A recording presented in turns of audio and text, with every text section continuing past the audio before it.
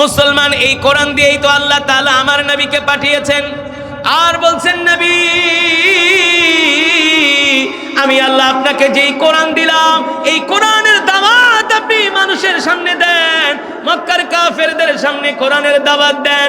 ও নবী, শুধু কোরআনের দাওয়াতই আপনি দিবেন না, মক্কার কাফেরদেরকে আপনি দ্বীনের দিকে আহ্বান করেন।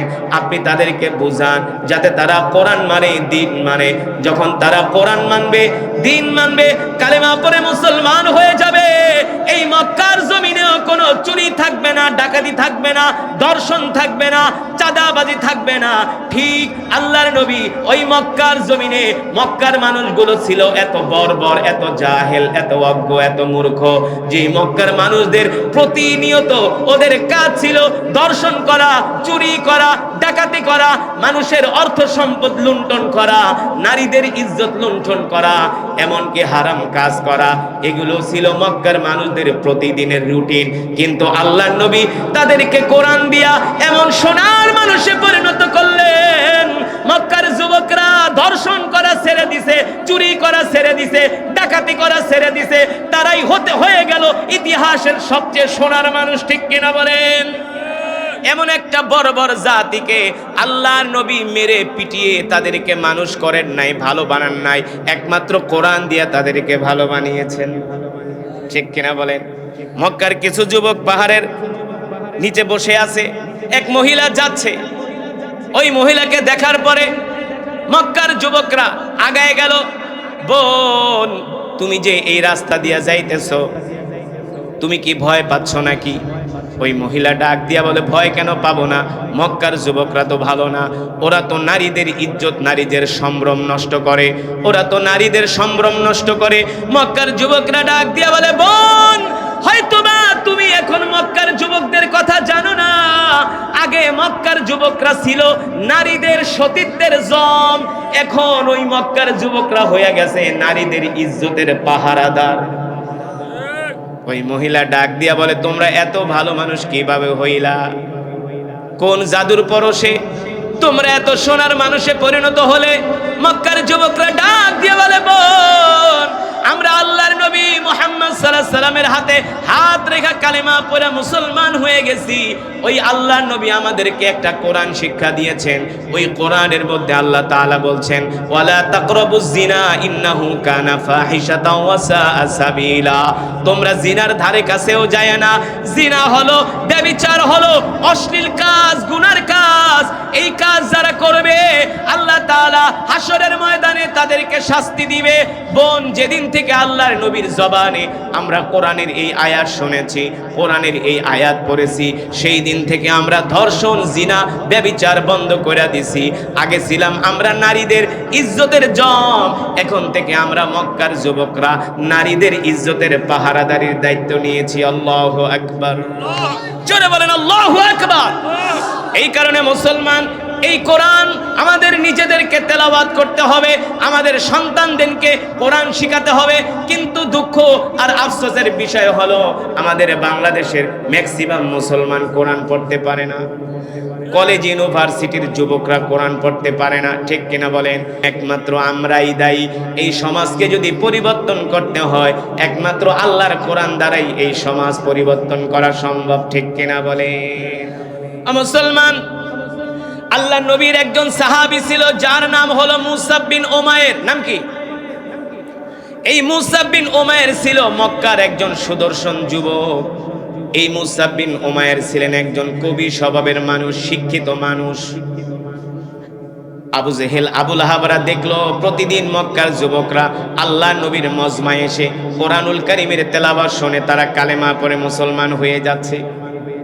মক্কার যুবকরা প্রতিদিন কোরআন শুনে কালেমা পড়ে তারা মুসলমান হয়ে যাচ্ছে। এই অবস্থা দেখে মক্কার বড় বড় লিডার আবু সুফিয়ান, ওলীদ ইবনে মুগিরা, আবু লাহাব, আবু জেহেলদের মতো নেতারা চিন্তিত হয়ে গেলেন, টেনশনে পড়ে গেলেন। এইভাবে যদি মক্কার যুবকরা কালেমা পড়ে মুসলমান হয়ে যায়, তাহলে তো আর কিছুদিন পরে এই মক্কার জমিনে আমাদের সমর্থক খুঁজে পাওয়া যাবে না। আর মুহাম্মাদের কাছে যেই যুবকেই যায়, মুহাম্মাদের কোরআন তেলাওয়াত শোনার পরে তারা কালেমা পড়ে মুসলমান হয়ে যায়। আল্লাহু আকবার। কোরআন এমন এক কিতাব যেই কোরআনের তেলাওয়াত শুনলে পাথরের মতো হৃদয়টা মোমের মতো গলে যায়। ঠিক কিনা বলেন? অনেক মানুষ কোরআনের অর্থ জানে না, কোরআনের ব্যাখ্যা জানে না, অনুবাদও জানে না, তারপরেও কোরআনের তেলাওয়াত শুনলে দিলের মধ্যে আসর করে। করে কি করে না? দিলের মধ্যে আসর করে। আবু জেহেল্লা চিন্তা করলো, মক্কার যুবকরা মুহাম্মাদের হাতে হাত রেখে কালেমা পড়ে মুসলমান হয়ে যাচ্ছে, কিন্তু আমাদের ভাতিজা মুসআব বিন উমাইর তিনি হলেন একজন মক্কার সুশিক্ষিত যুবক, নেতা টাইপের যুবক। সেও যদি মুহাম্মাদের হাতে হাত রেখা কালেমা পড়ে মুসলমান হয়ে যায় তাহলে তো আমাদের সব শেষ হয়ে যাবে। মক্কার বড় বড় লিডাররা কি করলো, একদিন সকালবেলা আবু জেহেল, আবু লাহাব, ওলীদ ইবনে মুগীরা, আবু সুফিয়ানের মতো বাগা বাগা নেতারা মুসআব বিন উমাইরের বাড়িতে গেল, যায় ঘরের দরজায় নক করতেছে, ইফতাহিল বাব। মুসআব বিন উমাইর ঘরের দরজা খোলো। মুসআব বিন উমাইর ঘরের দরজা খুলে দিল। দেখেন মক্কার বড় বড় লিডাররা ঘরের দরজার সামনে দাঁড়ানো। মুসআব বিন উমাইর বলে, আবু জেহেল এত সকালবেলা আমার বাড়িতে কেন এসছো? আবু জেহেল বলে, ভাতিজা তুমি হলে আমাদের আগামী দিনের নেতা, তুমি মক্কার একজন সুশিক্ষিত যুবক, তোমার বাবা ছিল আমাদের কাছে সম্মানের, কারণ তোমার বাবা হলো মক্কার সবচেয়ে বড় ব্যবসায়ী। তোমাদের বাবা আমাদেরকে ডোনেশন করতো, টাকা পয়সা দিত, সেই অর্থ দিয়ে আমরা মুহাম্মাদের বিরুদ্ধে আন্দোলন করতাম। তো তোমার প্রতি আমাদের একটা সফট কর্নার আছে, তোমার প্রতি আমাদের একটা সিম্পেথি আছে, ভালোবাসা আছে। এই ভালোবাসার টানেই তোমার বাড়িতে আমরা আসছি। মুসআব বিন উমাইর বলে, বাহ ভালো কথা, তো আমার প্রতি তোমাদের এত ভালোবাসা দরদ কারণটা কি? আবু জেহেল বলে, বুঝো না, তোমার বাপের সাথে আমাদের ঘনিষ্ঠ সম্পর্ক ছিল, তুমি যদি একটা বিপদে পড়ে যাও এটা তো আমাদের জন্যই ক্ষতির কারণ। মুসআব বিন উমাইর বলে, আহ ভালোই তো, আপনি আমাকে এত ভালোবাসেন। বলে, হ্যাঁ তুমি আমাদের ভাতিজা না? মুসআব বিন উমাইর বলে, আচ্ছা বলেন কেন আসছেন আমার বাড়িতে? আবু জেহেল বলে, শোনো মুসআব, বড় একটা খবর নিয়ে তোমার বাড়িতে আসছি। বলে, কি খবর? তুমি হয়তোবা জানো না, এই মক্কায় একজন কবির আবির্ভাব ঘটছে। কবি, সে নিজে নিজে কবিতা বানায়া কোরআন বইলা চালায় দেয়। নাউজুবিল্লাহ বলে। মুসআব বিন উমাইর বলে, যদি কবির আবির্ভাব ঘটে, বড় কবি মক্কায় আসে, তাহলে আমিও তো একজন কবি, তাহলে তো কবি কবিকে জাস্টিফাই করতে পারে, পারে কি পারে না?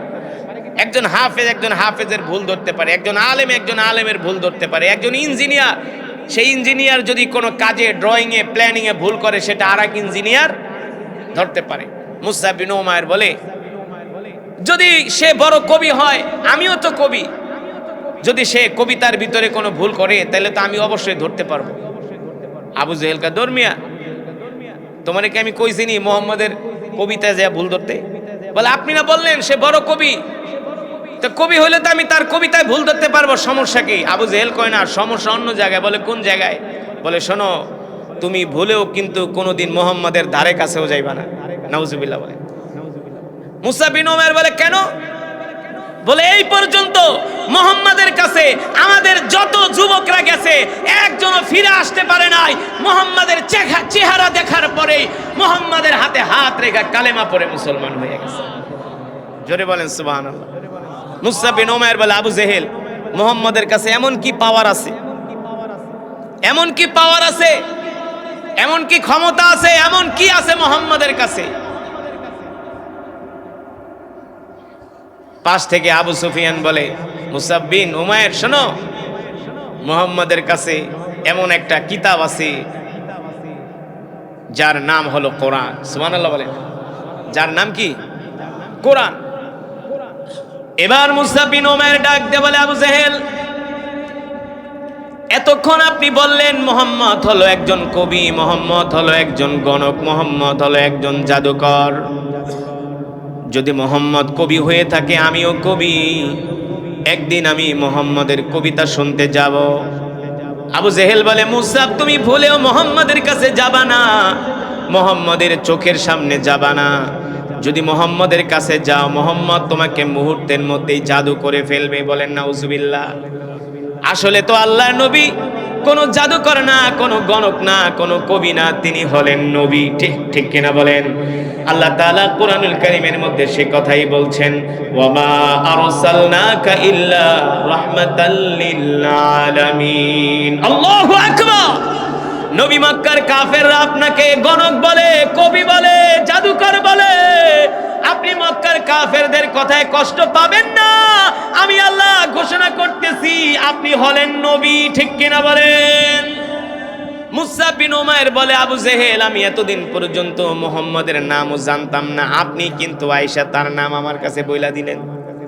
তার মানে মানুষের একটা স্বভাবজাত অভ্যাস হলো, যেই কাজ করতে নিষেধ করা হয় সেই কাজ আরো বেশি করে করে। দেখবেন এক জায়গায় আগুন লাগছে, পুলিশে পিটায়, ভাই ওদিকে যায় না, আরো বেশি করে যায়। এটা হলো মানুষের একটা স্বভাবজাত অভ্যাস। যত মানুষকে নিষেধ করা হয়, বারণ করা হয়, সেই কাজ মানুষ আরো বেশি করে করে। আবু জেহেলকে মুসআব বিন উমাইর বলে, ও আবু জেহেল, এতদিন আমি মুহাম্মদের নামও জানতাম না, কিন্তু আপনি যেহেতু এত বড় কবি পরিচয় দিলেন, তার কবিতা একদিন আমাকে শুনতেই হবে। আবু জেহেলকে আবু লাহাব বলে, মিয়া তুমি বেশি বোঝো, এতদিন সে মুহাম্মদের নাম জানতো না, বুঝতো না, তার কাছে যাইতো না, তুমি তো আয়েশা মুহাম্মদের অ্যাডভার্টাইজ করে দিলা, তুমি তো আয়েশা মুহাম্মদের মার্কেটিং করে দিলা, মাইকিং করে দিলা। আবু জেহেলকে এবার তো আমি নিজের পায়ে নিজেই কুড়াল মারলাম। আবু জেহেল অনুতপ্ত। মুসআব বিন উমাইর বলে, আবু জেহেল যান যান, চলে যান। মুহাম্মদ যদি কবি হয়ে থাকে, গণক হয়ে থাকে, জাদুকর হয়ে থাকে, আমি মুহাম্মদকে দেখলেই জাস্টিফাই করতে পারবো, আমি বুঝতে পারবো সে আসলে কবি নাকি অন্য কিছু। এবার আবু জেহেলরা চলে গেল। মুসআব বিন উমাইর মনে মনে চিন্তা করে, যেই মানুষটার নামে এত বদনাম আমার কাছে করলো, এত কিছু যেই মানুষটার সম্বন্ধে বলল, আমি তো একজন মক্কার শিক্ষিত যুবক, আবু জেহেলের কথায় আমি কান দিব না, আমি আমার নিজের চোখ দিয়া একদিন মুহাম্মদকে যায় নিজেই জাস্টিফাই করব। আল্লাহু আকবার। সিরাতের কিতাবের মধ্যে আসছে, এ যুবক, তুমি তো মুসলমানের সন্তান হইয়া কোরআন পড়ো না, কোরআন বোঝো না, নামাজ পড়ো না, মসজিদে আসো না, কোরআনের মাহফিলে আসো না, অথচ মুসআব বিন উমাইর হলো একজন কাফের, একজন মূর্তি পূজক, একজন কাফের। সে কাফের হইয়া নিজে নিজে চিন্তা করতেছে যে আমাকে একদিন মুহাম্মদের কাছে যেতেই হবে। আসলে সে কি বানায় বানায় কবিতা বলে নাকি, এটা আমাকে বুঝতেই হবে, এটা আমাকে জাস্টিফাই প্রমাণ করতেই হবে। এবার মুসআব বিন উমাইর বলে, একদিন সন্ধ্যার পরে ঘুটঘুটে অন্ধকার হয়ে গেল, দিনের আলোতে আমি মুহাম্মদের কাছে যাব না, গেলে তো মক্কার মানুষ দেখে ফেলবে। মুসআব বিন উমাইর বলে, একদিন আমি সন্ধ্যার সময় বের হলাম ঘুটঘুটে অন্ধকারের মধ্যে। বর্তমানেও বাইতুল্লাহর পাশে একটা পাহাড় আছে যার নাম হলো জাবালে আবু কুবাইস। নাম কি? বাদশার বাড়ির পাশে ওই পাহাড়টা, যেখানে মানুষের মাল সামানা হারায় গেলে ওইখান থেকে ওই মাল সামানাগুলো দেওয়া হয়। এই পাহাড়টা এখনো আছে বাইতুল্লাহর পাশে, কাবা শরীফের পাশে, জাবালে আবু কুবাইস। ওই পাহাড়ের পাদদেশে এক জায়গায় ছোট একটা স্পেস করে বসে আল্লাহর নবী সাহাবীদেরকে কোরআন শোনাতেন। সাহাবীদের ওই সময় তো আর আধুনিক মক্কা ছিল না, 1450 বছর আগে রাস্তাঘাটও তো ছিল না। মনে করেন একটা পাহাড়ের নিচে গাছের তলায় বসে আল্লাহর নবী সাহাবীদেরকে কোরআনের দর্স দিতেন, কোরআনুল কারীমের তেলাওয়াত করে শোনাতেন। মুসআব বিন উমাইর বলে, আমি একদিন সন্ধ্যার সময় ঘর থেকে বের হয়ে গেলাম মুহাম্মদকে দেখার জন্য। আমি আস্তে আস্তে করে হেঁটে হেঁটে আমি মুহাম্মদের কাছে যাচ্ছি, সে যেইখানে বৈশা কোরআন পড়ে। আমি হেঁটে হেঁটে যাচ্ছি, যেতে যেতে একেবারে আমি আল্লাহর নবীর কাছ পর্যন্ত পৌঁছায় গেলাম। আল্লাহর নবী যেখানে বসা, সেখান থেকে আমি হয়তোবা কয়েকশো মিটার দূরে। আমি তাকায় দেখি আল্লাহর পয়গম্বর মুহাম্মদ সাল্লাল্লাহু আলাইহি সাল্লাম সাহাবীদেরকে কোরআনের বয়ান করতেছে। আল্লাহু আকবার। আমি আমার এই চোখ দিয়া, আমার এই চোখের নজর যখন মুহাম্মদ সাল্লাল্লাহু আলাইহি সাল্লামের চেহারার উপরে পড়ল, এক পলকেই আমি এতটুকুন বুঝতে পারলাম মুহাম্মদের মতো এত সুন্দর মানুষ মক্কার জমিনে একজনও নাই। আর জোরে বলেন সুবহানাল্লাহ। মুসআব বিন উমাইর বলে, আল্লাহর পয়গম্বরকে দেখার পরে আমার কাছে মনে হলো আকাশের চাঁদ জাবালে আবু কুবাইসের পাদদেশে আকাশ থেকে চাঁদ উদিত হয়েছে। আল্লাহু আকবার। আল্লাহর নবীর চেহারা এত সুন্দর, আমার নবীর মতো এত সুন্দর করে আল্লাহ পৃথিবীতে কোনো মানুষ কোনো পয়গম্বর কেউ সৃষ্টি করছে? আমার নবীর মতো এত সৌন্দর্য আল্লাহ তাআলা পৃথিবীর কোনো মানুষকে দান করে নাই। এমনকি পয়গম্বর ইউসুফ আলাইহিস সালামকেও না। পয়গম্বর ইউসুফ আলাইহিস সালাম এত সুন্দর ছিলেন, আল্লাহর নবী বলে আমার ভাই ইউসুফকে আল্লাহ তাআলা সাদা সুন্দর বানাইছে, আর আল্লাহ তাআলা আমাকে লাল সুন্দর বানাইছে। সুবহানাল্লাহ বলেন। আল্লাহর নবী যখন হাসি দিত তার গাল দুটো, তার চেহারাটা ডালিমের মতো লাল হয়ে যেত। এত সুন্দর ছিলেন আমার নবী, রহমাতুল লিল আলামিন। মুসআব বিন উমাইর বলে আমি এক নজর যখন আল্লাহর নবীর চেহারার দিকে তাকাইলাম, আমি বুঝতে পারলাম মক্কার জমিনে এত সুন্দর মানুষ একজনও নাই। আমার কাছে মনে হলো এই জাবালে আবু কুবাইসের পাদদেশে মনে হয় আকাশ থেকে একটা চাঁদ উদিত হয়েছে। আমি তার সৌন্দর্য দেখে এতটা মুগ্ধ হয়ে গেলাম, আমি এক নয়নে আল্লাহর নবীর দিকে তাকায় থাকতে রইলাম। এবার আল্লাহর নবী কোরআন পড়ে। মুসআব বিন উমাইর বলে আমি যতই তার কোরআন শুনি ততই আমি মুগ্ধ হয়ে যাই। জোরে বলেন সুবহানাল্লাহ। যত আমি আল্লাহর নবীর কোরআন শুনি ততই মুগ্ধ হয়ে যাই।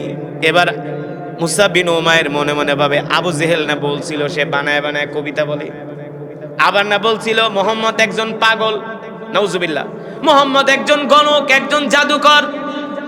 কিন্তু আবু জেহেলের কথার সাথে তো কোনো মিল পাই না। পাগলের চেহারা তো এত সুন্দর হতে পারে না। আরে পাগল থাকে উস্কো খুস্কো চুল, পাগলের শরীরে থাকে ময়লা, জামাগুলো থাকে একেবারে ময়লা যুক্ত। পাগলকে দেখলেই বোঝা যায় খায় না, দায় না, ঘুমায় না। পাগলকে দেখলেই বোঝা যায় তার বডি স্ট্রাকচার নষ্ট হয়ে গেছে। কিন্তু মুসআব বিন উমাইর বলে আমি মুহাম্মদ সাল্লাল্লাহু আলাইহি সাল্লামের চেহারার দিকে যতবার তাকাই আমি আমার নজর ফিরাইতে পারি না। এত সুন্দর সুদর্শন মানুষ আজ পর্যন্ত আমার চোখে কোনোদিন মক্কার জমিনে পড়ে নাই। মুসআব বিন উমাইর বলে আমিও তো একজন সুদর্শন যুবক। মুসআব বিন উমাইর বলে আমি আল্লাহর নবীর জবানে কোরআন শুনলাম, অনেকক্ষণ দাঁড়িয়ে দাঁড়িয়ে আমি তার চেহারার দিকে তাকায় রইলাম। রাত গভীর হয়ে গেল, আমি বাড়িতে চলে আসলাম।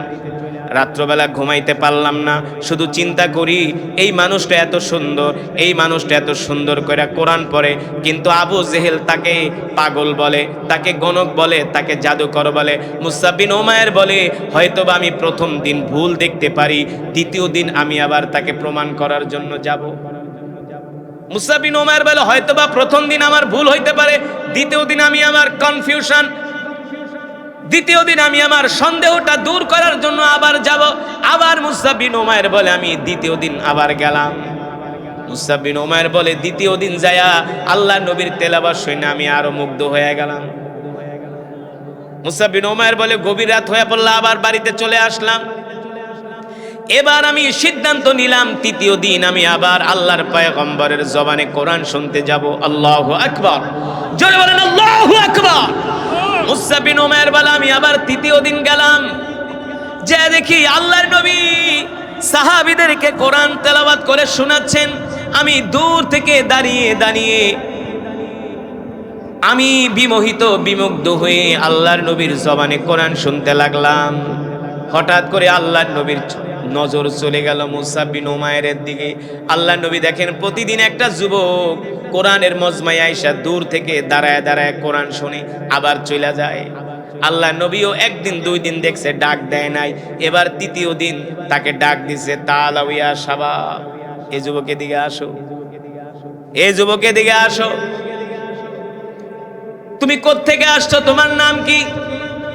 বলে আমার নাম হলো মুসআব বিন উমাইর। আল্লাহু আকবার।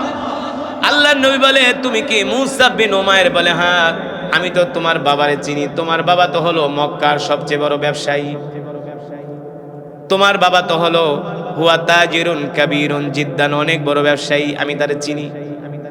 কিন্তু তোমার বাবা তো একজন মূর্তি পূজক কাফের। বাবা কাফের মানে ছেলে কি মুসলমান নাকি? ছেলেও তো কাফের। আল্লাহর নবী বলে তুমি একজন মূর্তি পূজক হইয়া প্রতিদিন তুমি আমার মজমায় আসো, দূর থেকে দাঁড়ায় দাঁড়ায় আবার চলে যাও, কারণ কি? মুসআব বিন উমাইর বলে আমি এমনি এমনি আসি না, আসার কিছু কারণ আছে। আল্লাহর নবী বলে কি কারণ? বলে 3 দিন আগে আবু জেহেল আমার বাড়িতে গেছি, আমার বাড়িতে যাইয়া আবু জেহেল আপনার নামে এক গাদা মিথ্যা কথা বলছে। আল্লাহ নবী মুস্কি হাসি দিয়া বলে তুমি বলো আবু জেহেল আমার নামে কি বলছে। আল্লাহ নবী তো জানে আবু জেহেল কোনোদিনই আল্লাহর রসুলের নামে ভালো কথা বলবে না। আল্লাহ নবী প্রশ্ন করে বলো বলো আবু জেহেল কি বলছে? মুসআব বিন উমাইর বলে আবু জেহেল আমাকে বলছে আপনি নাকি একজন পাগল, নাউজুবিল্লাহ বলেন, আপনি নাকি একজন কবি, আপনি নাকি একজন গণক। আল্লাহ নবী বলে মুসআব তুমি তো আমার মজমে আইসা 3 দিন আমাকে অবজারভেশন করছো, তুমি তো আমাকে দেখছো, বলো বলো আমাকে দেখে তোমার কি মনে হয়েছে? মুসআব বিন উমাইর বলে ওগো আল্লাহর পয়গম্বর মুহাম্মদ সাল্লাল্লাহু আলাইহি সাল্লাম, মক্কার কাফেররা আপনাকে কবি বলে, আমিও কিন্তু একজন কবি। আপনি যদি বানায়া বানায়া কোনো কবিতা বলতেন কেউ ধরতে না পারলে আমি ধরতে পারতাম, কারণ আমি একজন শিক্ষিত যুবক, আমি একজন সুশিক্ষিত কবি। তার মানে আপনি কবি না, আপনি কবি না, আপনি যেটা তেলাওয়াত করেন এটা পৃথিবীর কোনো মানব রচিত কবিতা হতে পারে না, এটা হলো আল্লাহর কোরআন। আবার মক্কার কাফেররা আল্লাহর নবীকে গণক বলতো, কারণ আল্লাহর নবী মক্কার কাফেরদের অনেক ষড়যন্ত্র ধরে ফেলতে পারতো, বুঝতে পারতো। এটা তো আল্লাহর নবী বুঝতে পারতো না, জানতে পারতো না, আল্লাহ তাআলা ওহীর মাধ্যমে তাকে জানায় দিত, ঠিক কিনা বলেন? ওমা ইয়ান্তিকু আনিল হাওয়া ইন হুয়া ইল্লা ওয়াহয়ুহা। মক্কার কাফেররা রাস্তার মোড়ে দাঁড়ায় থাকতো আল্লাহর নবীর উপরে আক্রমণ করার জন্য। আল্লাহ তাআলা জিবরাইলকে পাঠাইতো, জিবরাইল যাও যাও আমার হাবিবকে যায়া বইলা দাও মক্কার আবু জেহেলরা রাস্তার মধ্যে দাঁড়ায় আছে, আমার হাবিবের উপরে আক্রমণ করবে, আমার হাবিবকে বলে দাও আমার হাবিব যাতে ওই রাস্তা দিয়ে না যায়, আমার হাবিব যাতে রাস্তা পরিবর্তন করে। আল্লাহর নবী জিবরাইলের কথা শুইনা ওহী আসছে, রাস্তা পরিবর্তন করে বাড়িতে চলে আসতো।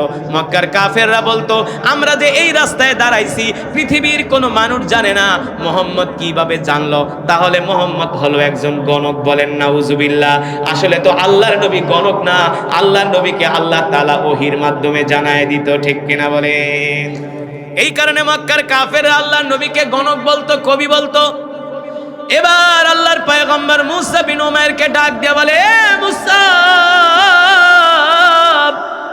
তুমি তো 3 দিন আমার মজমায় আইসা তুমি আমার কোরআন শুনছো, তুমি আমাকে দেখছো, এবার বলো তুমি স্টেটমেন্ট দাও আমার সম্বন্ধে তোমার কি ধারণা?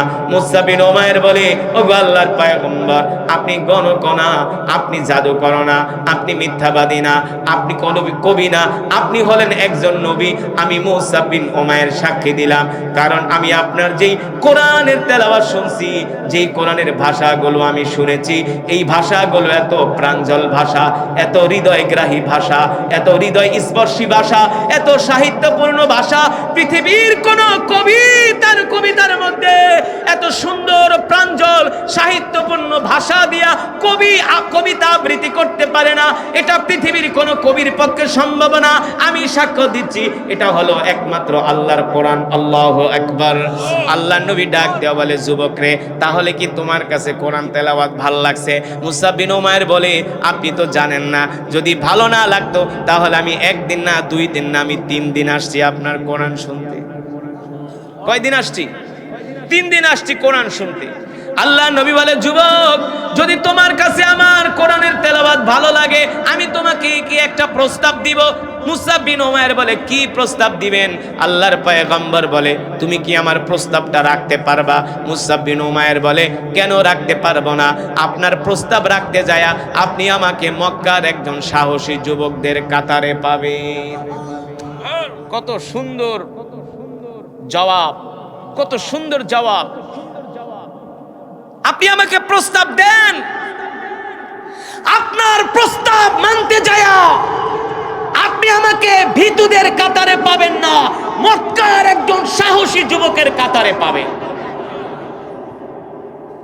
আল্লাহর রাসূল বলেন তাহলে আমি তোমাকে প্রস্তাব দিচ্ছি, যদি আমার কোরআনের তেলাওয়াত তোমার ভালো লেগে থাকে তাহলে এই মুহূর্তে তুমি আমার হাতে হাত রেখা কালেমা পড়ে মুসলমান হয়ে যাও। যুবক মুসলমান কথাটা যত সহজে বললাম, বিষয়টা কিন্তু মোটেও তত সহজ। আরে কিভাবে সহজ? নিজের ধর্ম পরিবর্তন করছে, মূর্তি পূজা ছেড়ে দিচ্ছে, ইসলাম ধর্ম গ্রহণ করার পরেই তার উপরে অত্যাচারের স্টিম রুলার শুরু হবে। তার আয়েশে জিন্দেগি, আরামি জিন্দেগি, বিলাসী জিন্দেগি তাকে ছেড়ে দিতে হবে। তার মা বাবা আত্মীয় স্বজন তাকে ত্যাগ করবে। এটা কি সোজা কথা নাকি? মুসআব বিন উমাইর আল্লাহ রাসূলের দিকে হাত বাড়ায় দিয়া বলে, ওগো আল্লাহর নবী, আপনি আমাকে প্রস্তাব দেন, আপনি আমাকে একজন মক্কার সাহসী যুবকের কাতারে পাবেন, ভীতুদের কাতারে পাবেন না। আল্লাহ রাসূল বলে, যুবক তাহলে হাত দাও, এই মুহূর্তে আমার হাতে হাত রেখে কালেমা পড়ে মুসলমান হয়ে যাও। আল্লাহর নবী মুসআব বিন উমাইরকে কালেমা পড়ায় মুসলমান বানায় দিয়েছে। জোরে বলেন সুবহানাল্লাহ, আরো জোরে বলেন সুবহানাল্লাহ। মুসআব বিন উমাইর কালেমা পড়ে মুসলমান হয়ে গেছে। এখন কি বলে জানেন? ওগো আল্লাহর নবী, আমি একা মুসলমান হইলে চলবে না, আমি যে মুসলমান হয়েছি এটা আমি গোপন রাখবো না। আমরা তো অনেক সময় চাপের ভয়ে, ঠেলার ভয়ে না, বাংলাদেশে অনেক আলেম নামক জাহেল আছে, নেতার ভয়ে, নেত্রীর ভয়ে, পুলিশের ভয়ে হক কথা বলে না। আছে কি আছে না? অনেক স্টেজে আইসা ওয়াজ করে, আল্লাহ বি খুশ রাহো, শয়তান বি নারাজ না হো, এমন ওয়াজ করে, পরে আল্লাহরেও খুশি রাখতে হইব, শয়তানরেও বেজার করা যাবে না। তার মানে ওরা হক কথা বলতে ভয় পায়, হক কথা বলতে ভয় পায়। মুসআব বিন উমাইর বলে, আল্লাহর রাসূল, আমি একা কালেমা পড়া মুসলমান হইছি, চলবে না, আমি আমার গোত্রের মানুষদেরকে যাও এই কোরআনের দাওয়াত দিব, কালেমার দাওয়াত দিব। সাহাবায়ে কেরাম বলে, মুসআব একটু রোয়া শোয়া, আস্তে আস্তে। মুসআব বলে, কেন আস্তে আস্তে কেন? কেন? মক্কার আবু জেহেলরা যদি মিথ্যা ধর্ম প্রচার করতে পারে, আমি মুসআব কেন সত্য ধর্ম ইসলাম প্রচার করতে পারবো না? আল্লাহু আকবার। ওগো আল্লাহর রাসূল, আমারে দোয়া করে দেন, আমি আমার গোত্রের কাছে যায়া আমি বলে দিব যে আমি মুসলমান হয়ে গেছি, তাদেরকে আমি কালেমার দাওয়াত দিব। আল্লাহর নবী বলে, মুসআব, তুমি যখন যায়া তোমার গোত্রের মানুষের কাছে কালেমার দাওয়াত দিবা, তোমার উপরে অত্যাচার হবে, নির্যাতন হবে, জুলুম হবে। মুসআব বিন উমাইর বলে, আল্লাহর নবী, অত্যাচার, নির্যাতন, জুলুম সইতে সইতে আমি শাহাদাত বরণ করব, তারপর আমি তাদের সামনে যাইয়া হক কথাগুলো বলব। ঠিক এই মুসআব বিন উমাইর বাড়িতে চলে গেছে, যায়া তার আত্মীয় স্বজন সবাইরে ডাকছে, এই শোনো, এদিকে আসো, আজ থেকে আমাকে আর মূর্তি পূজার জন্য ডাকবা না, আমি আর মূর্তি পূজা ঠোজা করব না, আমি আর সূর্যের কাছে মাথা নত করব না, চন্দ্রের কাছে মাথা নত করব না। মুসআব বিন উমাইরের মা বাবা আত্মীয় স্বজন ডাক দিয়ে বলে, কারণ কি, কি হয়েছে তোমার? তোমার কি ভূতে ধরছে? ভূতে ধরলে বলো, আমরা ভূত ছাড়ানোর ব্যবস্থা করি। মুসআব বিন উমাইর বলে, আমারে ভূতে ধরে নাই, তোমগো সবগুলারে ভূতে ধরছে। কারণ তোমরা মূর্তির সামনে মাথা নত করো, মাথা ঝুঁকিয়ে দাও, সূর্যের সামনে মাথা ঝুঁকিয়ে দাও, চন্দ্রের সামনে মাথা ঝুঁকিয়ে দাও, অথচ যিনি এই চন্দ্র সূর্য সৃষ্টি করেছে উচিত ছিল তার সামনে মাথাকে ঝুঁকিয়ে দেওয়া। মুসআব বিন উমাইরের বাপকে, ওরে বাবা রে, ছেলে তো আমার কাম হইছে, আসল জায়গায় পৌঁছায় গেছে। বাবা তুই সত্যি করে কই গেছিলি? বাবা শুনে রাখো, আমি আল্লাহর পয়গম্বর মুহাম্মদ সাল্লাল্লাহু আলাইহি সাল্লামের হাতে হাত রেখে কালেমা পড়ে মুসলমান হয়ে গেছে। এই কথা বলার পরে মুসআব বিন উমাইরের আত্মীয় স্বজনকে বুঝছি তোমাকে আর হাতছাড়া করা যাবে না। এমনি ছেলে দেখতে শুনতে একেবারে প্রিন্সের মতো, সুদর্শন চেহারা, সুদর্শন যুবক, চেহারার ভিতরে একটা আভিজাত্যের ছাপ, উচ্চ বংশীয়, দেখলেই বোঝা যায় সুশিক্ষিত একজন যুবক। এমন ছেলেকে কোনো মা বাবাই হারাতে চায় না। ঘর থেকে দুইটা শিকল আনছে, শিকল, যুবক দুইটা শিকল আনছে, আইনা দুই হাত বাঁধছে, দুই পা বাঁধছে, বেঁধে ঘরের খুঁটির সাথে তালা মাইরা দিচ্ছে। শোন, আর কোনোদিন মুহাম্মদের কাছে যাইতে পারবি না। মুসআব বিন উমাইর বলে, বাবা ছেড়ে দাও, আমি আল্লাহর পয়গম্বরকে ছাড়া আমি বাঁচতে পারবো না। বলে, দেখি তুই কিভাবে মুহাম্মদের কাছে যাস। এইদিকে আল্লাহ নবী অপেক্ষা করতেছে কখন মুসআব বিন উমাইর আসবে। আসে না, আসে না, মাস যায়, দিন যায়, আসে না, আসে না। এইদিকে তো তাকে লোহার শিকল দিয়া ঘরের ভিতরে আটকায় রাখছে।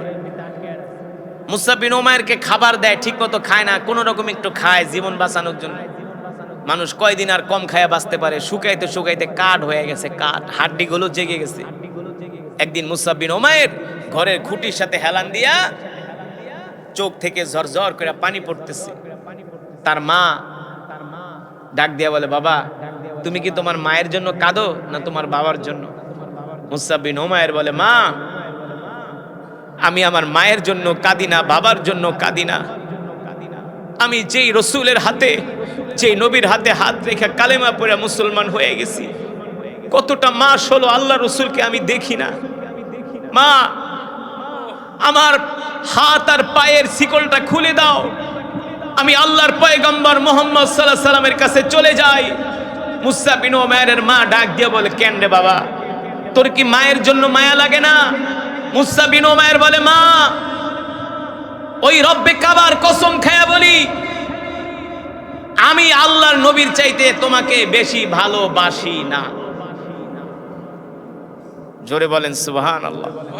এই কথা শোনার পরে মা একটু কষ্ট পাইছে, যে যেই মা তোরে 10 মাস 10 দিন গর্ভে ধারণ করলো, আজকে ওই মায়ের চেয়ে তুই মোহাম্মদকে বেশি ভালোবাসোস। মায়ের মন তো কয়, ঠিক আছে ছেলেটার এইভাবে আর কয়দিন কষ্ট দিব, খায় না দায় না। দিছে রাগ কইরা শিকল খুইলা, যা মোহাম্মদের কাছে যা। এবার মুসআব বিন উমাইর তার মার মাথায় হাত দিয়ে বলে, মা আমাকে ক্ষমা করে দিও, আমি তোমাকে ছাড়া বাঁচতে পারবো কিন্তু আল্লাহর পয়গম্বরকে ছাড়া বাঁচতে পারবো না। এই কথা বলে চলে গেছে আল্লাহ রসুলের কাছে। আল্লাহ নবী তো মুসআব বিন উমাইরকে দেখে চিনতে পারে না, শুকায়া কাঠ হয়ে গেছে, কঙ্কাল। আল্লাহ নবী ডাক দিয়ে বলে, মুসআব তোমার এই অবস্থা কেন? মুসআব বিন উমাইর বলল, আল্লাহর নবী, যেই দিন আমি আপনার হাতে হাত রেখে কালেমা পড়ে মুসলমান হয়ে বাড়িতে গিয়েছি, আপনি না বলছিলেন ইসলাম ধর্ম গ্রহণ করলে আমার উপর অত্যাচারের স্টিম রোলার চালানো হবে? ওগো আল্লাহ রসুল, সেটাই হয়েছে। আমার আত্মীয় স্বজন গোত্রের মানুষ আমাকে ঘরের ভিতরে তালা মাইরা রাখছে। ওগো আল্লাহর নবী, আমি ঠিক মতো খাওয়া দাওয়া করি নাই। যদি ঠিক মতো খাওয়া দাওয়া করি তাহলে তো ওরা দেখবে আমি ভালোই আছি, কিন্তু আমি অল্প অল্প খেয়ে কোনো রকম জীবন বাঁচাইছি, যাতে ওরা বোঝে আমি অসুস্থ হয়ে গেছে, যাতে আমাকে ছেড়ে দেয়। ওগো আল্লাহর নবী, আমাকে ওরা ছেড়ে দিছে, আর আমি এক মুহূর্ত দেরি করি নাই, আপনার কাছে চলে আসছি। এতটা মাস আমি যতটা কষ্ট করছি, না খেয়ে রইছি, যতটা নির্যাতন জুলুম সহ্য করছি, আল্লাহর কসম করে বলি, আপনাকে দেখার পরে আমি আমার সব কষ্ট দুঃখ ভুলে গেছি। আল্লাহ নবী মুসআব বিন উমাইরকে বুকে জড়ায় নিলেন, তাকে গোসল করালেন, সুন্দর জামা পরতে দিলেন, খাবার দাবার খাওয়ায় বলে, মুসআব তুমি মদিনায় চলে যাও, আমি কিছুদিন পরে মদিনায় আসতেছি। মুসআব বিন উমাইর মদিনায় চলে আসলেন। আসার পরে মদিনার মানুষদেরকে সে কোরআন শিখায়, কোরআন শিখায়। আল্লাহ নবী মক্কা থেকে যখন হিজরত করে মদিনায় গেলেন, দেখলেন মুসআব বিন উমাইর বিশাল একটা জামাত নিয়ে আল্লাহ রসুলের সাথে এসে সাক্ষাৎ করছে। আল্লাহ নবী বলে, মুসআব মক্কা থেকে আসলা একা, আশেপাশে তোমার কারা? এত মানুষ তোমার আশেপাশে কারা? মুসআব বিন উমাইর বলল, আল্লাহ নবী, এরা হলো আমার কোরআনের ক্লাসের ছাত্র। আল্লাহর পয়গম্বর ডাক দেয়া বলে, মুসআব তুমি একদিন ছিলা মূর্তি পূজক, আজকে দেখো কালেমা পড়ে মুসলমান হওয়ার কারণে আল্লাহ তোমাকে কোরআনের ক্লাসের ওস্তাদ বানায় দিয়েছে। আল্লাহু আকবার। ইতিহাসের মধ্যে আসছে, ওই মুসআব বিন উমাইর মক্কা থেকে 3000 কাফের মদিনায় আক্রমণ করতে গিয়েছে। আল্লাহ নবী মাত্র 800 সাহাবী নিয়ে মদিনার বাইরে আসছে ওহুদের ময়দানে। কোন যুদ্ধে? ওহুদের ময়দানে আসছে কাফেরদের সাথে যুদ্ধ করার জন্য। ওই যুদ্ধে মুসআব বিন উমাইর তরবারি নিয়ে সবার আগে আগে দৌড়াচ্ছে। সাহাবীরা ডাক দিয়ে বলে, মুসআব সবার আগে আগে দৌড়াও, কারণ কি? এত উত্তেজিত কেন? মুসআব বিন উমাইর বলে, আমি শিকারের অপেক্ষায় আছি, শিকারের অপেক্ষায় আছি, শিকারের অপেক্ষায় আছি, বুঝছেন তো? বলে, মক্কার কাফের যেডারে পামু একবারে দেহ থেকে কল্লা বিচ্ছিন্ন করে দেব। ইতিহাস বলে মুসআব বিন উমাইর ওহুদের ময়দানে একাই তিনি 10 থেকে 12 জন কাফেরকে হত্যা করছে। পরে শেষ পর্যন্ত তিনি নিজে শহীদ হয়ে গেছে। যখন ওহুদের যুদ্ধ থেমে গেল, আল্লাহ নবী বলে, সাহাবীরা যাও আমার সাহাবীর লাশগুলো নিয়ে আসো। দেখে মুসআব বিন উমাইরের লাশটা ওহুদের ময়দানের এক কোণার মধ্যে পড়ে আছে।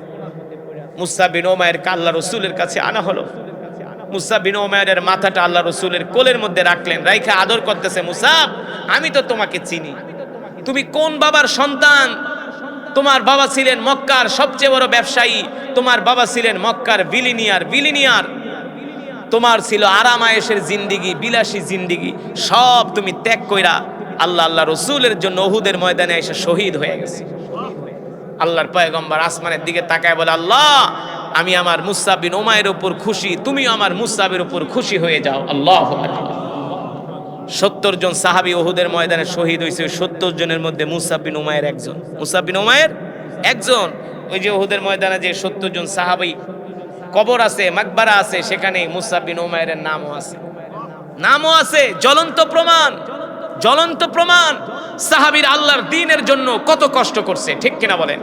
আল্লাহর দ্বীনের জন্য জীবন দিছে। কোনদিন তারা আল্লাহ রসুলের একটা সুন্নাত ছেড়ে দেয় নাই, কোনদিন আল্লাহর নবীর একটা কথাকে তারা অবজ্ঞা করে নাই। এই ছিল সেই সাহাবায়ে কেরামের জামাত। আল্লাহ রসুল যেই সাহাবীদের সম্বন্ধে বলেছেন, মিন আসহাবিকা নুজুম ইহতাদাইতুম, তোমরা আমার সাহাবীদেরকে অনুকরণ করো। আমার এক একটা সাহাবী তোমাদের জন্য তারকা তুল্য। যদি সাহাবায়ে কেরাম রক্ত না দিত, জীবন না দিত, তাহলে পৃথিবীর জমিনে ইসলাম কায়েম হতো না, ঠিক কিনা বলেন? আজকে পৃথিবীতে ইসলাম প্রতিষ্ঠিত হয়েছে সাহাবীদের রক্তের বিনিময়ে। এই কারণে মুসলমান, শুধু সাহাবীদের রক্তই এই পৃথিবীর জমিনে রঞ্জিত হয়েছে, তাদের কারণে ইসলাম প্রতিষ্ঠিত হয়েছে। মুসলমান আল্লাহর বান্দারা, আল্লাহ রাব্বুল আলামিন কোরআনুল কারীমের মধ্যে বলছেন, ওয়া নুনাজ্জিলু মিনাল কুরআনি মা হুয়া শিফাউ ওয়া রাহমাতুল লিল মুমিনিন ওয়া লা ইয়াজিদুজ জালিমিনা ইল্লা খাসারা। আল্লাহ রাব্বুল আলামিন বলেন, নবী আমি আল্লাহ আপনার উপর যে কোরআন নাজিল করেছি, এই কোরআন আমি মুমিনের শেফার জন্য, মুমিনের মুক্তির জন্য নাজিল করেছি, ঠিক কিনা বলেন? এই কোরআন হলো মুমিনের জন্য শেফা, এই কোরআন হলো মুমিনের জন্য মেডিসিন, এই কোরআন হলো মুমিনের জন্য ঔষধ। কিন্তু আজকে আমরা মুসলমান সেই কোরআন পড়ি না, কোরআন বুঝি না, কোরআন বোঝার চেষ্টা করি না, কোরআনের মজমায় আসি না। অথচ আল্লাহ তাআলা আমাদেরকে এমন কোরআন, এমন কিতাব দান করেছেন, এই কোরআন যদি আজকে আমরা পড়তাম, এই কোরআন যদি বুঝতাম, এই কোরআন অনুযায়ী যদি আমরা আমাদের রাষ্ট্র পরিচালনা করতাম, আমরা আমাদের সমাজ গঠন করতাম, তাহলে বাংলার জমিন থেকে চুরি, ডাকাতি, হাঙ্গামা, ধর্ষণ সব কিছু বন্ধ হয়ে যেত, ঠিক কিনা বলেন? স্বাধীনতার ৪৫ বছর পার হয়ে গেল, কিন্তু বাংলার মানুষ এখনো পর্যন্ত প্রকৃত স্বাধীনতা পায় নাই।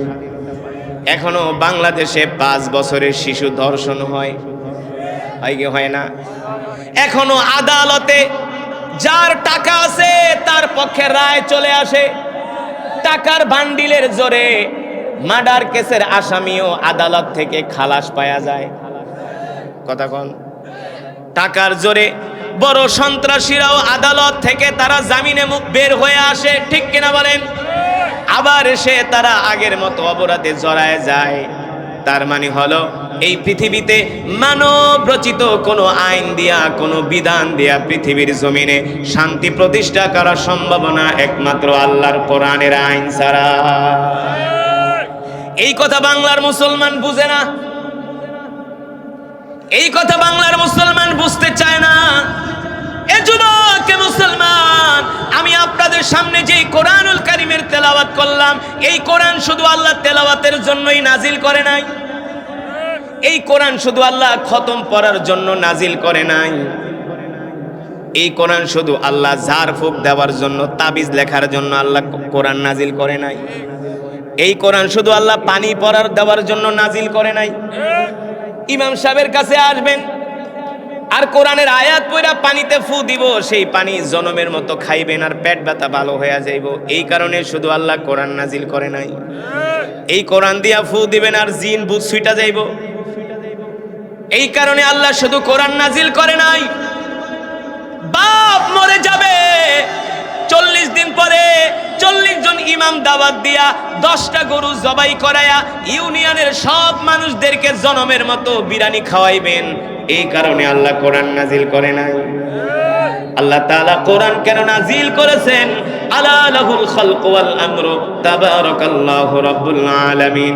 নবী হে আমার, আপনি মানুষের সামনে বলে দেন, এ দুনিয়ার মানুষ, আসমান যার আইন চলবে তার, জমিন যার বিধান চলবে তার। আল্লাহর জমিনে কোনো কুফরি তন্ত্র মন্ত্র চলতে দেওয়া যাবে না। ঠিক কিনা বলেন? বাংলাদেশে প্রতিদিন চুরি ডাকাতি হয় কি হয় না? ছিনতাই হয় কি হয় না? ধর্ষণ হয় কি হয় না? চাঁদাবাজি হয় কি হয় না? টেন্ডারবাজি হয় কি হয় না? দুদিন আগে উমরা কইরা আমি বাংলাদেশে আসলাম। মক্কা শরীফ থেকে দাম্মাম যাচ্ছি। দাম্মাম 1200 কিলোমিটার। কতশো? মক্কা শরীফ থেকে দাম্মাম যাচ্ছি 1200 কিলোমিটার। রাত 3টা বাজে, গাড়ি চলতেছে মরুভূমির মাঝখান দিয়া। 300-400 কিলোমিটার রাস্তা মরুভূমির মাঝখান দিয়া চলে, একটা লাইটের আলো নাই। মানুষ তো দূরের কথা, আমাদের দেশে হাইওয়েতে তো অনেক জায়গায় বাতি আছে, ওই জায়গার হাইওয়েতে কোনো বাতিও নাই। কারণ হাজার হাজার কিলোমিটার রাস্তা, কত বাতি লাগাইব? মরুভূমির মাঝখান দিয়া গাড়ি যাচ্ছে। আমি এক বাঙালিকে জিজ্ঞেস করলাম, বেটা রাত 3টা বাজে এমন মরুভূমির মধ্যে দিয়া গাড়ি চালায় যাও, পকেটে তো টাকা পয়সা আছে, মোবাইল টোবাইলও আছে, ডাকাই ঠেকাইতে কি আবার ধরবো না? ডাকাইতে কি ধরবে না? ওই বাঙালি আমাকে বলে, হুজুর ডাকাইত তো দূরের কথা, কোন শয়তানও আপনার দিকে ভুলেও ফিরে তাকাবে না। আমি বলি, কস কি? এই মরুভূমি শুধু যদি বাংলাদেশে হইতো, রাত্রবেলার দরকার ছিল না, সকালবেলায় কাম সেরে দিত। ঠিক কিনা বলেন? দোহার গেছি ওয়াজ করতে, রাত 10টা বাজে, রাস্তার ভিতরে পুলিশ রশি দিয়া রাস্তা বেঁধে একটা কাগজ ঝুলাই দিছে, এই রাস্তার ভিতরে রাত 10টার পরে চলাচল নিষেধ। পুলিশে বললাম, মিয়া এটা কি মগের মুলুক নাকি? রাত 10টার পরে চলতে দিবেন না? মানি কে হুজুর যাইতে পারেন আপনার দায়িত্বে, আমরা বাধা দিব না, কিন্তু সামনে গেলেই কিন্তু আপনাদের শালা সম্বন্ধীরা দাঁড়ায় আছে। আমি কি বুঝলাম না? কে হুজুর প্রতিদিন রাত্রে এই রাস্তায় ডাকাতি হয়, প্রতিদিন এই রাস্তায় ডাকাতি হয়। আমি বললাম, যদি রাস্তায় ডাকাতি হয় তাহলে আমরা জনগণ আপনাদেরকে পয়সা দিয়া কেন বেতন দিই? আপনারা পুলিশরা তো আমাদের নিরাপত্তা দিবেন। পুলিশ বলে, হুজুর মাফ করবেন, ক্ষমা করবেন, আমাদের আইন হলো যদি চুরি ডাকাতি বন্ধ করতে হয় একমাত্র আল্লাহর কোরআনের আইন ছাড়া বিকল্প কোনো পথ নাই। আমি ওই বাঙালিদেরকে জিজ্ঞেস করলাম, এই দাম্মামের রোডে মক্কা শরীফ থেকে দাম্মাম 1200 কিলোমিটার, কোনোদিন কি ডাকাতির ঘটনা ঘটে নাই? বলে, হুজুর আজকে 36 বছর ধরে সৌদি আরব থাকি, কোনোদিন শুনি নাই এই রাস্তায় ডাকাতি হয়েছে।